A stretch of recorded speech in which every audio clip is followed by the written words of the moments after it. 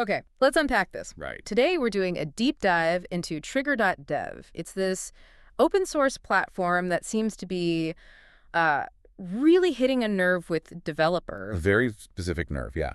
It's all about building resilient background jobs and these complex workflows. But, and this is the key, primarily in TypeScript. Exactly. And our mission today is to figure out if it's really the solution for those long-running, non-time critical processes that just keep hitting walls. And that wall is almost always the same thing. The dreaded timeout. The timeout. You're on Vercel, you're on AWS Lambda, and you're trying to do something that takes time.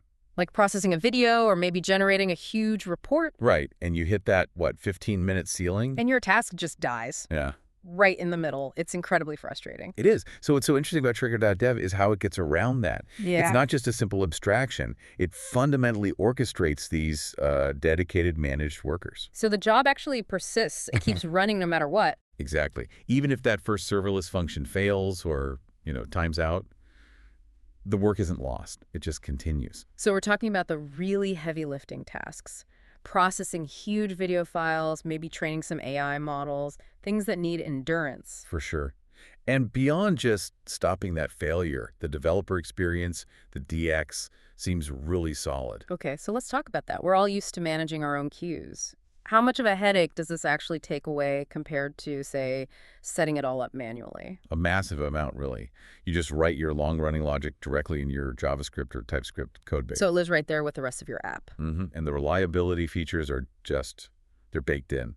Automatic retries, queues, rate limiting. You don't have to manage an external SQS or Kafka instance. The system just guarantees the task will get done. You can see what's happening because with these complex jobs, visibility is everything. Oh, absolutely. The built-in monitoring is crucial. You get real-time logs, tracing. Yeah. You can see the state of every single run, which for debugging is, it's essential. So if we connect this to the bigger picture, who is this really for? I think it's ideal for developers who just want to stay in code. They don't want to be managing workflows in some, graphical drag and drop UI. They want to define everything programmatically. Exactly. Okay, but this sounds a little too good to be true. There have to be some caveats, some limitations. There are. And the first one is a big one. It's the language lock-in. Ah. Right now, it's pretty much confined to JavaScript and TypeScript.